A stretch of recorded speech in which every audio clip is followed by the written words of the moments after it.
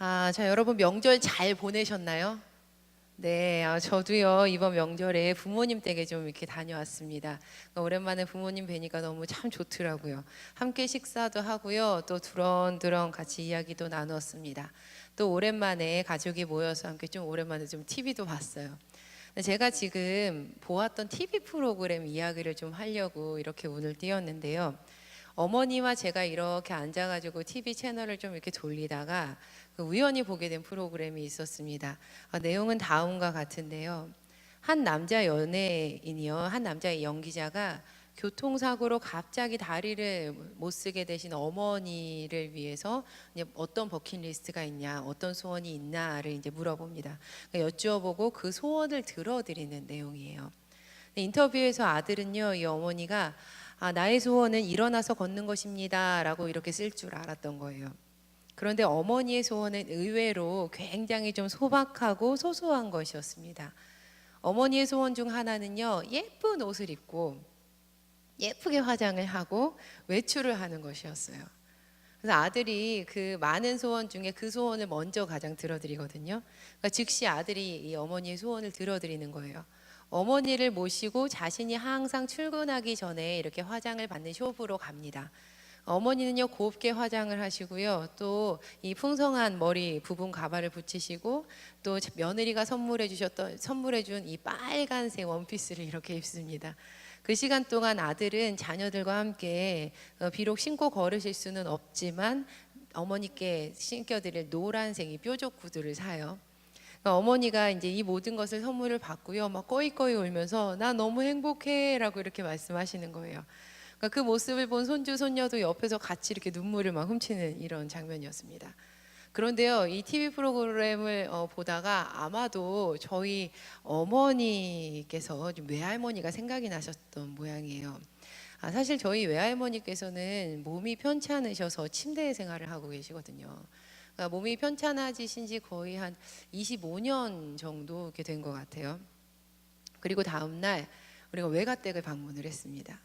네, 이렇게 외가댁에 방문해서 할머니에게 어머니가 이렇게 여쭈어보시는 거예요. 엄마는 하고 싶은 거 있으세요? 엄마 뭐가 가장 하고 싶어요? 엄마 소원 있어요? 이렇게 여쭤보시는 거예요. 저도 그렇고 뭐 우리 가족들도 다 외할머니가 나 자리 털고 일어나는 거 이렇게 대답할 줄 알았어요. 외출하는 거 이렇게 말씀하실 줄 알았어요. 근데 갑자기 우리 외할머니께서 이렇게 손가락으로 양쪽 눈썹을 이렇게 쓱 문지르시는 거예요. 그러시면서 눈썹 문신 이렇게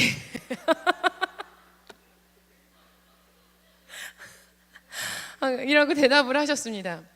네, 순간 한 10초 정도 정적이 일었어요, 우리 집에. 그리고 이후 저희는 모두 이제 박장대소를 했어요. 저희 외할머니께서 굉장한 멋쟁이셨거든요. 이렇게 막 맨날 빨간색이 이렇게 손톱 이렇게 칠하시고 그래서 제가요 불이 나게 이거 출장으로 하시는 분이 있나? 왜냐 움직이실 수가 없으니까 출장하시는 분이 있나? 그래서 인터넷을 막 뒤지기 시작을 했어요. 그래서 결국에는 출장으로 눈썹 말도 안 나요. 아직도 웃겨서 출장으로요 눈썹 문신 하시는 분을 제가 찾았어요. 결국에는 연락을 취해서 근데 너무 감사하게도 참 좋은 분이랑 연결을 하나님이 시켜주셨거든요. 그래서 이분을 통해서 또 할머니께 좋은 이 명절 선물을 좀 드릴 수가 있었습니다. 어머니 말씀으로요, 이날부터 우리 외할머니께서 그 예약했던 날을 이렇게 하루하루 기대하면서 소망을 품으면서 기다리셨다고 해요. 근데 저에게 이런 마음이 들더라고요. 할머니께서 기대하면서까지 하고 싶은 일이 있으시다는 게 정말 감사하다. 우리 할머니에게 소원이 있네. 우리 할머니에게 여전히 우리 할머니가 현실의 벽에 갇히지 않고 소망이라는 것이 우리 할머니에게 좀 있네. 하고 싶은 게 있으시네 라는 생각에 참 기뻤습니다. 여러분, 구약 속에 갈렙이라는 인물이 있어요. 근데 이 구약 속 인물 갈렙은요, 나이 40살에 모세에 의해서 가데스 바네아에서 가나안 땅으로 정탐꾼으로 이렇게 보내집니다. 그러니까 40일 후에 그는 여호수아와 함께 하나님의 일하심에 대한 강력한 확신을 가지고 굉장히 긍정적인 보고를 이렇게 합니다. 비록 다른 10명의 보고자들은 온 백성을 낙심시켰지만 말이에요. 이에 모세가 이들에게 맹세하면서 이렇게 이야기를 했어요.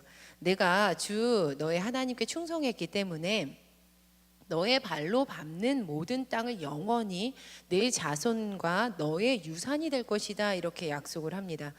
이후에 하나님께서는 불순종했던 이 이스라엘 민족을 모두 40년 동안 긴 광야 생활에 들어가게 만드셨는데, 그리고 시간이 흘러서 이 40년이라는 시간이 흘렀기 때문이 아니에요. 성경을 보면 이들이 그들의 마음에서 애굽이 사라졌을 때, 그리고 그들이 하나님의 백성으로 살 수 있는 사람으로 변했을 때, 그 40년의 시간이 흘렀을 때 그들은 다시 약속의 땅 가나안으로 하나님께서 들여보내십니다. 그리고 그 가나안 땅을 분배하게 되는 거죠. 그리고 여호수아 14장에 이르러서 보게 되면 갈렙이 모세의 뒤를 이어서 민족의 지도자가 되었던 이 여호수아에게 이렇게 요청하는 장면이 나옵니다. 여호수아 14장 10절부터 12절 말씀입니다. 함께 같이 읽어보시겠습니다. 시작. 이제 보십시오. 주님께서 모세에게 이 일을 말씀하신 때로부터 이스라엘 백성이 광야에서 생활하며 45해를 지내는 동안 주님께서는 약속하신 대로 나를 살아남게 하셨습니다. 보십시오. 이제 나는 85살이 되었습니다. 모세가 나를 정탐꾼으로 보낼 때와 같이 나는 오늘도 여전히 건강하며 그때와 마찬가지로 지금도 힘이 넘쳐서 전쟁하러 나가는 데나 출입하는 데에 아무런 불편이 없습니다. 이제 주님께서 그날 약속하신 이 산간 지방을 나에게 주십시오. 그때에 당신이 들은 대로 과연 거기에는 아낙 사람이 있고 그 성읍은 크고 견고합니다. 그러나 주님께서 나와 함께 하시기만 한다면 주님께서 말씀하신 대로 나는 그들을 쫓아낼 수 있습니다. 갈렙이 품었던 이 소망의 요청대로 여호수아는 갈렙을 축복하고 헤브론 땅을 그에게 줍니다. 갈렙은요, 그의 나이 85세에 이러한 일을 맞이했습니다. 비록 갈렙의 몸은 이전보다 노쇠하였지만 여전히 그에게 있어서는 소망이 있었습니다. 왜냐하면 성경 말씀을 우리가 이미 읽어서 알겠듯이 그에게는 하나님께서 말씀하셨다라는 근거가 있었기 때문이었습니다. 하나님의 말씀에 근거했기 때문에 그에게 있어서 소망이 잃어버리지 않았다는 것이죠. 여러분, 소망이란 가장 좋은 일에 대한 기대를 말합니다. 그냥 그저 그런 것이 아니고요, 가장 좋은 일에 대한 기대를 말하는 것이 소망이에요. 제가 처음에 좀 마음을 열어드리려고 저희 외할머니의 이야기를 드렸던 그 예화는요, 사실은 일상의 삶 속에서 일어날 수 있는 굉장히 소소한 일에 대한 소망입니다. 하지만 사실 성경에서 사용되는 소망이라는 이 단어는요, 단순하게 이 땅에서의 기대나 아니면 갈망 정도의 것이 아닙니다. 크리스천인 우리가 가져야 되는 소망은요, 믿음과 신뢰를 가지고 구원을 이루실 소망의 하나님을 의지하는 것입니다. 우리가 믿음과 신뢰를 가지고요, 구원을 이루실 소망의 하나님을 의지하는 것이 크리스천인 우리가 가져야 하는 소망이라는 것이죠. 성경에서 말하는 소망이 바로 이러한 것이라는 겁니다. 오늘 본문 로마서 15장 13절 말씀입니다. 소망의 하나님이 모든 기쁨과 평강을 믿음 안에서 너희에게 충만하게 하사 성령의 능력으로 소망이 넘치게 하시기를 원하노라. 말씀을 보면요, 하나님은요 소망의 하나님이세요. 그냥 하나님이 아닌 소망의 하나님이라고 이렇게 바울이 이야기하고 있습니다. 여러분, 예레미야 29장 11절 말씀을 보면 하나님이 이런 분이시라고 소개가 되고 있습니다. 여호와의 말씀이니라 너희를 향한 나의 생각을 내가 아나니 평안이요 재앙이 아니니라 너희에게 미래와 희망을 주는 것이니라. 하나님께서 계획하시는 생각과 하나님께서 만드시는 이 미래는요, 늘 희망과 소망 가운데 있습니다. 그러니까 우리는 하나님을 소망의 하나님이라고 부를 수가 있다라는 것입니다. 로마서 15장 13절에서 사용됐던 이 소망이란 단어는요, 헬라어 명사 엘피스입니다. 엘피스라고 해요.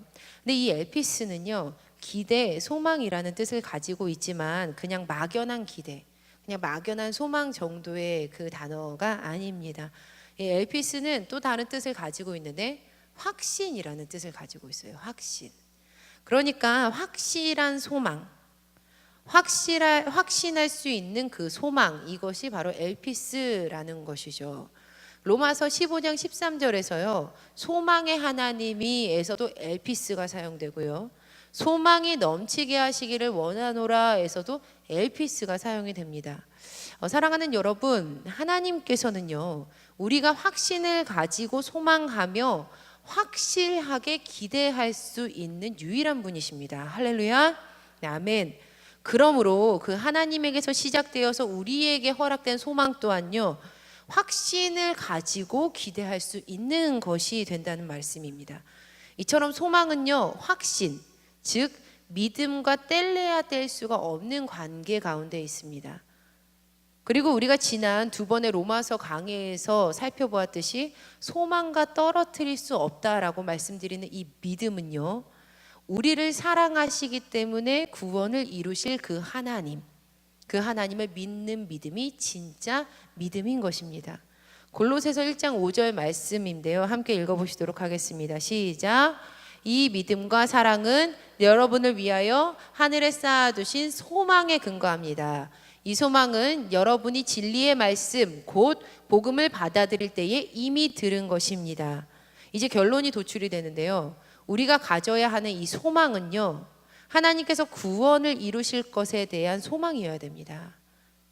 소망은요. 구원이 이루어질 것에 대한 소망이어야 한다라는 말씀이죠.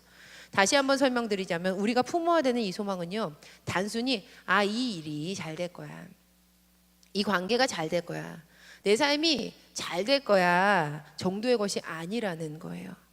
이것은요. 그리스도인들이 품어야 되는 소망이라는 것은 굉장히 만약에 이렇게 소망에 대해서 생각을 한다면요. 이것은 그리스도인들에게 있어서 소망을 굉장히 좁게 보게 되는 겁니다. 이 정도 나에게 잘 될 거야. 내 인생 잘 될 거야. 이거는 굉장히 좁은 소망이라는 것이죠. 우리가 바라고 믿어야 되는 그 소망은요. 훨씬 더 큰 것입니다. 하나님께서 우리를 사랑하시기 때문에 최후의 의의 승리를 우리에게 허락하시는 것. 우리가 믿음과 신뢰로 소망의 하나님을 의지하는 그 궁극적인 꼬린점은요. 하나님의 구원의 완성입니다. 구원은요. 온전히 이루어집니다. 결국은요. 하나님의 말씀대로 모든 것이 다 이루어질 거예요. 반면에 세상을 의지하는 그 소망은요. 결국엔 이루어지지 않아 우리를 부끄럽게 만들 수도 있습니다. 이번 사업에서는 내가 돈을 많이 벌 수 있을 거야. 내가 올해에는 꼭 이 학위를 딸 거야. 나는 무병장수할 거야. 물론 이와 같은 일들이 나쁜 일은 아니죠. 저는요. 우리 사랑하는 성도님들의 삶에 이러한 은혜의 축복이 있기를 간절히 축원합니다. 그리고 기도하고 있어요. 그런데 제가 말씀드리고자 하는 요점은요. 세상살이에서 생기는 소망들은 이루어지지 않아서 우리를 부끄럽게 할 때도 있다라는 말씀입니다. 하지만 하나님을 의지하는 그 소망은요. 즉 구원의 완성을 이루겠다라는 그 하나님의 소망은요. 반드시 이루어집니다. 결국엔 하나님의 말씀대로 이루어집니다. 왜냐하면 예수 그리스도께서 우리의 죄를 사해 주셨기 때문입니다. 할렐루야. 로마서 5장 3절에서 6절 말씀입니다. 함께 읽어보시겠습니다. 시작. 다만 이뿐 아니라 우리가 환난 중에도 즐거워하나니 이는 환난은 인내를, 인내는 연단을, 연단은 소망을 이루는 줄 알미로다. 소망이 우리를 부끄럽게 하지 아니함은 우리에게 주신 성령으로 말미암아 하나님의 사랑이 우리 마음에 부음받음이니 우리가 아직 연약할 때에 기약대로 그리스도께서 경건하지 않은 자를 위하여 죽으셨도다. 아멘. 우리가 소망의 하나님을 의지할 때 하나님께서는요 우리를 부끄럽게 만들지 않으십니다. 왜냐하면 이 소망은 성령님의 일하심으로 우리의 마음 가운데 부어진 것이기 때문이에요. 그 우리 마음 가운데 품게 된 구원을 향한 소망이기 때문이라는 거죠. 또 우리가 아직 연약할 때에 우리가 그 소망을 품을 수 없는 존재였을 때에 그리스도께서 기약하신 대로 죽으시고 부활하셨기 때문입니다. 바울은요 로마 교인들에게 이 하나님의 구원에 대한 은혜 이것을 선언하기를 간절히 바라고 있었던 사람이었습니다. 예수 그리스도를 통해서 드러난 그 하나님의 의가, 그 복음이 그것을 믿는 모든 사람들에게 하나님의 의로 나타나고 하나님의 소망으로 나타납니다. 이것을 너무 전하고 싶었던 거예요. 때문에 이 바울은요, 필연적으로 로마서 1장을 시작하면서 계속해서 죄의 삭스에 대해서 논지를 계속 펼칩니다. 바울이 꾸준히 주장하는 바가 있는데요, 해 아래 의인은 단 한 사람도 없다라는 거예요. 이 말인즉슨 유대인도 죄인이고요, 이방인들도 죄인이라는 것이었습니다. 모두가 다 똑같이 하나님을 등지고 있는 거예요. 그런데 여기서 문제가 발생하게 되는데, 문제는 어떻게 우리는 하나님께 선택된 민족입니다 라는 생각을 가지고 있는 유대인들에게 아닙니다, 당신들 죄인들입니다 라고 이해시키느냐 하는 것이었습니다. 또 반대로 죄의 삭스를 해결하신 예수 그리스도를 믿기만 하면 이방인이어도 이 믿음으로 말미암아 하나님의 자녀로 부르심을 받습니다라는 것을 어떻게 그들에게 또 이해시키느냐는 것이었습니다. 이 질문에 대해서 바울이 대답해야 되는 것은 굉장히 중요한 일이었습니다. 왜냐하면 이 질문은 하나님의 신실성에 대해서까지 물음을 이르게 만들기 때문이었어요. 신실은요, 영어로 faith예요. faith. 네, 믿음이라는 뜻이죠. 그런데 특별히 신실이라는 이 단어가 하나님께 사용이 되면요, 이 단어가 가지는 뜻이 좀 바뀝니다. 하나님의 구원 사역이 변하지 않는다, 불변한다라는 의미를 가지게 되는 거죠. 그러니까 신실하신 하나님이라는 것은 하나님은 변치 않으시고 구원을 이루신다는 말씀이에요. 그런데 만약에 바울이 모두가 죄인입니다라고 이야기한다면, 또 이방인들이 구원을 받았습니다, 이방인들이 믿음으로 구원을 받았습니다 라고 주장을 하면, 이는 유대인들에게 하나님께서 스스로 약속하셨던 그 약속이 파기되는 일이기 때문에 바울에게 있어서 이 대답은 굉장히 중요했습니다. 그들에게 이러한 질문이 생기게 되는 거죠. 하나님이 그러면 정말 신실한 분이실까? 우리가 믿을 만한 분이신가? 사실 하나님께서 먼저 신실하게 약속하셨으면서, 그래서 한 민족을 선택하셨으면서 스스로 불신실하게 그 약속을 파기시키고 없이 하시는 것이 아닌가?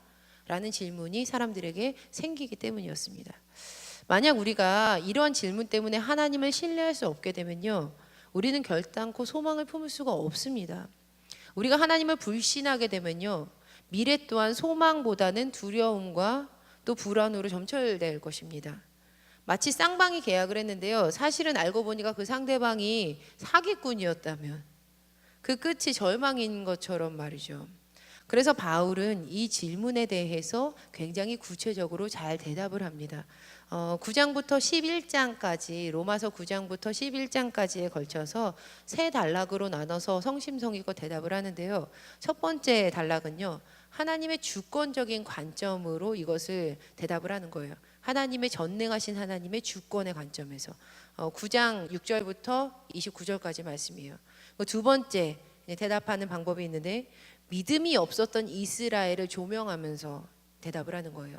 믿음이 없었던 이스라엘이 있지 않냐 하면서 9장 30절에서 10장 21절까지 대답을 합니다. 그러니까 마지막 세 번째 단락은요, 이 첫 번째, 두 번째 대답을 다시 한 번 더 신학적으로 깊이 따지고 논하면서 찬양시로 맞춰지는 11장 전체 말씀입니다. 바울은요, 먼저 하나님의 주권적인 관점에서 이 질문에 대해서 대답을 합니다. 하나님께서는 온 세상의 창조주이시기 때문에 마치 토기장이가 그릇을 마음대로 제작하는 것처럼 온 세상을 하나님의 마음대로 운행하실 수 있다, 그렇게 전능하신 분이시다. 그리고 피조물인 우리는 그 전능하신 하나님의 계획을 다 알 수가 없다 라고 바울이 대답을 합니다. 제가 추석 연휴 중에 가족이랑 함께 했던 일 중에 또 다른 한 가지가 있는데요, 온 가족이 함께 이제 기도원에 갔던 일입니다. 저희 명절에 이렇게 온 가족이 같이 이렇게 기도원을 가거든요. 근데 당시 말씀을 전하셨던 분이 안산 빛락교회 유재명 담임 목사님이셨어요. 그러니까 장로교 목사님이신데, 근데 이 목사님께서 말씀 중에 이 목사님의 부르했던 어린 시절에 대해서 좀 설명을 해주셨어요. 목사님께서 5살의 아버지를 여의시고요, 3년 후인 8살의 어머니까지 다 여의셨다고 해요. 그러니까 어린 시절에 내내 고민했던 게 뭐냐면, 오늘 어디서 잠을 자지? 오늘 무엇을 먹을 수 있을까? 였다는 거죠. 근데 그 당시는 정말 죽음을 갈망하면서 사셨다고 해요. 그런데 지금 인생을 돌아보니까 그때 죽지 않고 살기를 정말 잘했다는 거예요. 왜냐하면 이거 목사님 말씀이에요. 그때 어린 유재명 목사는 지금을 계획하고 계셨던 하나님의 그 전능하신 뜻을 전혀 몰랐기 때문이라는 겁니다. 여러분, 우리가 소망을 품고 믿음을 가지고 살아야 하는 이유는요, 중간평가하지 말아야 되는 이유는요, 하나님께서 나를 향한 어떠한 그림을 그리고 계시는지 우리는 모르기 때문입니다. 작고 연약한 피조물인 우리는요, 전능하신 하나님의 계획을 모두가 다 알 수 없습니다. 그러나 우리가 믿는 바가 있죠. 하나님의 생각과 계획은 미래와 소망을 주는 것이라는 사실입니다. 또 전능하신 하나님께서 모든 것을 합력하여서 선을 이루어 주실 수 있는 유일한 분이시라는 사실입니다. 그 전능하신 하나님께서 모든 민족을 향한 구원의 큰 그림을 이미 그려 놓으셨는데 어떻게 우리가 주권자 되시는 그 하나님의 뜻을 다 알 수 있겠습니까? 우리는요, 선하신 하나님을 믿음으로 따라가면 되는 거죠. 우리는 그 하나님을 믿음으로 따라가는 수밖에 없다는 거예요. 바울이 이렇게 대답하는 겁니다. 전능하신 하나님께서 만들어 가시는데 우리가 그것을 어떻게 다 할 수 있습니까? 그 전능하신 하나님이 가장 선하게 이끌어 가시는 것 아니십니까? 두 번째, 바울이 이렇게 대답을 해요.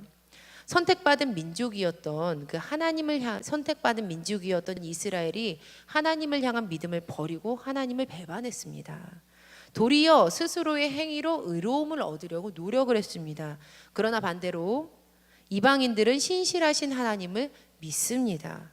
구원은 믿음에서부터 나게 되는데 그러므로 이방인들에게도 구원이 임하였습니다.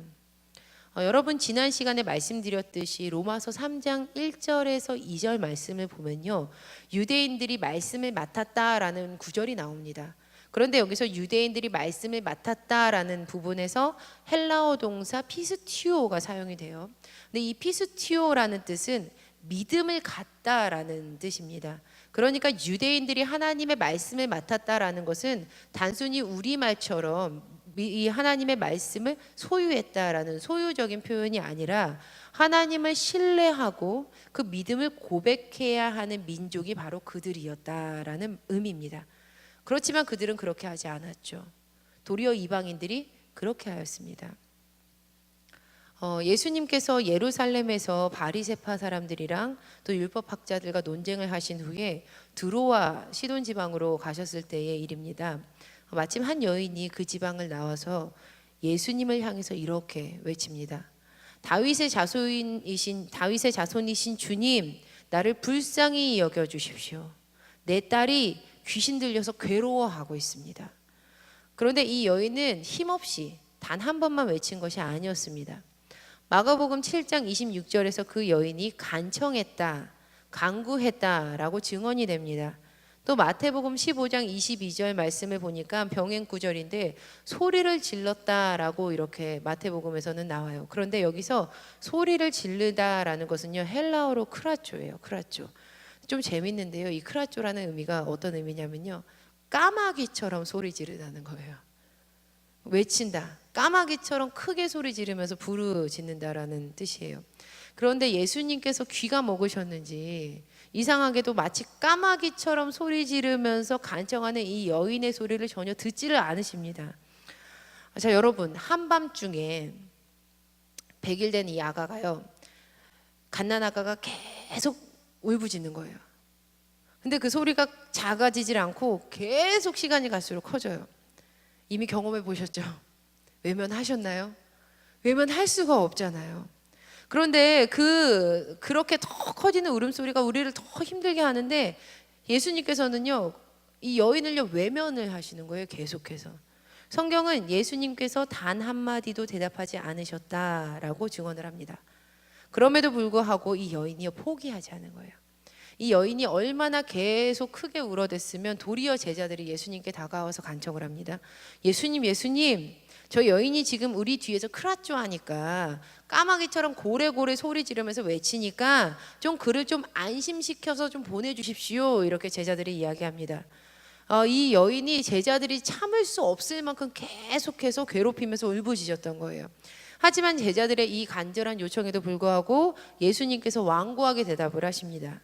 나는 오직 이스라엘의 집에 길을 잃은 양들에게만 보냄을 받았다. 그러자 그 여인이요, 예수님 앞에 나와서 이제는 무릎을 꿇고 간청을 하는 거예요. 주님, 저를 도와주십시오. 그런데 예수님께서는 이렇게 대답하십니다. 자녀들의 빵을 개들에게 던져주는 것이 옳지 않다. 지금 우리와 마찬가지로 이들에게 있어서 개와 같다라는 것은 욕입니다. 여러분, 왜 이 여인이 이런 대우를 받고 있는 걸까요? 왜 이런 일을 겪고 있는 걸까요? 이 여인의 출신을 보면 좀 이해가 되는데요. 이 여인은 마태복음 15장 22절 말씀을 보니까 가나안 여인이었다라는 것을 우리가 알 수 있어요. 또 병행 구절인 마가복음 7장 26절을 보면 헬라인이요 수로보닉의 족속임을 우리가 알 수 있습니다. 한마디로 이방 사람이었던 거죠. 이방인이었던 거예요. 우리가 이 구절 말씀을 읽을 때마다 예수님께서 이 여인을 차별하고 계시다라는 느낌을 우리가 받습니다. 하지만 이것은 예수님의 진정한 의도와는 거리가 먼 이해입니다. 예수님께서는 이 이방 여인의 견고한 믿음을 끌어내셨습니다. 예수님의 말씀에 여인은 이렇게 대답을 해요. 그 여자가 말하였다. 주님, 그렇습니다. 그러나 개들도 주인의 상에서 떨어지는 부스러기는 얻어먹습니다. 그러자 예수님께서 기다리셨다는 듯이 대답하십니다. 여자여, 참으로 내 믿음이 크도다. 내 소원대로 되어라. 바로 그 시각에 그 여인의 딸이 병에서 노임을 받습니다. 예수님께서는 이 이방 여인이 믿음이 참 크다라고 칭찬을 하시면서 그분의 선하신 뜻을 이루어 주십니다. 세상에 드러내시면서 이 여인의 믿음의 정당성을 불어넣어 주신 거죠. 그런데 여러분, 이 사건 이전에 예수님께서 함께 겪었던 사건을 우리가 이해하면 이 이방 여인의 믿음의 고백이 얼마나 더 크게 부각되는지를 우리가 알 수 있습니다. 바로 예수님께서 바리새인과 서기관들과 논쟁을 하셨던 일인데요. 그들은 장로들의 전통을 운운하면서 빵을 먹을 때 손을 씻지 않았던 예수님의 제자들을 힐책합니다. 그때 예수님께서 겉사람에게 묻은 더러움이 진정한 더러움이 아니라 속사람의 더러움이 진정 그 사람을 더럽게 하는 것이다 라면서 그들에게 말씀하십니다. 즉 선택받은 민족이기 때문에 무조건적으로 구원의 반열에 들어가는 것이 아니라 그 속사람이 정결해진 이들이어야 비로소 하나님의 의를 덧입게 된다라는 말씀입니다. 바리새인과 서기관들과 있었던 이러한 사건은요, 이방인 그리고 당시 굉장히 멸시당했던 여인, 아주 낮고 천한 자에게서 고백되었던 이 믿음의 사건을 더욱더 크게 부각을 시킵니다. 로마서 15장 8절에서 11절 말씀, 우리가 읽었던 이 말씀은요, 하나님께서 처음부터 의도하셨던 그 믿음의 고백이 있는 자들에게 열려있는 구원의 소망, 즉 하나님을 향한 믿음이 있다면 유대인이어도 이방인이어도 구원의 소망이 그들에게 있다라는 것을 선언을 하고 있습니다. 내용을 보다 더 쉽게 요약을 하면 다음과 같습니다.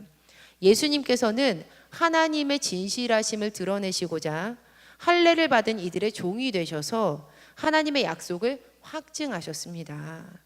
그리고 이방 사람들도 긍휼히 여김을 받아서 하나님께 영광을 돌릴 수 있도록 하나님께서 허락하셨습니다. 바울이 9절 후반절부터 11절까지 쓰는 말씀은 구약의 말씀들인데요. 구약의 말씀을 인용해서 이방 사람들도 주님을 찬미한다, 주님의 백성들과 함께 즐거워한다, 주님을 찬양할 것이다 라는 기록이 있다라는 것을 증언을 하는 겁니다. 그러니까 유대인도 이방인도 세상의 모든 이들이 구원을 받게 된다라는 말씀인데, 이렇게 구원을 받게 되는 것은 12절 말씀, 이새의 뿌리에서 싹이 나서 열방을 다스리는 이가 일어날 것인데 열방이 그분에게 소망을 두게 될 것이기 때문입니다. 여러분, 이분은요 구원자 예수 그리스도십니다. 우리에게는 구원을 이루신 우리의 소망 예수 그리스도가 계십니다. 할렐루야. 요한복음 9장 말씀을 보면요, 예수님께서 날 때부터 눈먼 사람을 만나는 장면이 있습니다. 예수님 앞에요, 날 때부터 눈먼 사람이 이렇게 서 있어요. 그때 제자들이 이렇게 묻는 거예요. 누구의 죄 때문입니까? 이 사람의 죄입니까? 부모님의 죄입니까? 여러분, 우리는요 과거에서 답을 찾으려고 해요. 무언가 죄에서부터 지금의 답을 찾으려고 한다는 거죠. 하지만 예수님께서는 미래에서 답을 찾아주십니다. 예수님께서 이렇게 말씀하세요. 하나님께서 하시는 일들을 그에게 드러내시려는 것이다. 구원받은 이들에게는요 죄로 얽혀 있던, 죄로 얽매여 있었던 과거가 끝이 났습니다. 오늘 그러한 우리의 삶의 위치가요 내일의 소망을 키우는 원동력이 됩니다. 그러니까 지금 어려워도요, 지금 힘들어도요, 지금 아파도요 결코 그것이 끝이 아니라는 거죠. 하나님의 구원의 역사 안에 우리의 관계도 있고요, 우리의 물질도 있고요, 우리의 건강도 있어요, 우리의 자녀들도 있어요. 하나님의 구원의 역사는 그 모든 것들이 하나님께서 정교하게 짜맞춰 놓으신 퍼즐들이 맞아떨어지는 것처럼 함께 이어져가며 소망을 이루어가는 것입니다. 구원은 우리의 삶과 동떨어져 있는 것이 아니에요. 하나님께서는 오늘이라는 우리의 환경 속에서 내일로 우리를 인도하십니다. 그리고 그 내일은요 반드시 구원을 완성시키시는 신실하신 그 하나님의 소망의 날입니다. 그러니 사랑하는 여러분, 소망을 품으시기 바랍니다. 할렐루야. 하나님께서 구원을 약속하셨는데 그 하나님의 구원의 소망은 반드시 이루어져요. 그래서 내 삶의 그 작은 문제는요 소망으로 바뀌는 거예요. 이게 받아들여지시나요?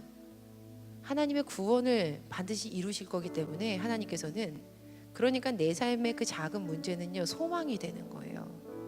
구원이 이루어질 것이기 때문에. 이미 우리는요 미래의 소망을 품고 있죠. 그 해답을요 예수 그리스도의 구원에서 우리는 이미 찾았습니다. 그 하나님의 자녀들이에요. 이전 것은 지나갔으니 보라 새 것이 되었도다 말씀하시는 그 하나님께서 소망의 주님이 너희와 함께 있다, 우리와 함께 있다 라고 오늘 말씀해 주십니다. 사랑하는 여러분, 우리 로마서를 오늘 마치게 되는데요, 이 로마서를 통해서 그 믿음을 가지고 그 사랑의 빛인 자 되어서 그 소망을 꼭 품고 그 구원을 경험하는 우리 모두 되기를 간절히 소망합니다. 그 하나님의 은혜가 우리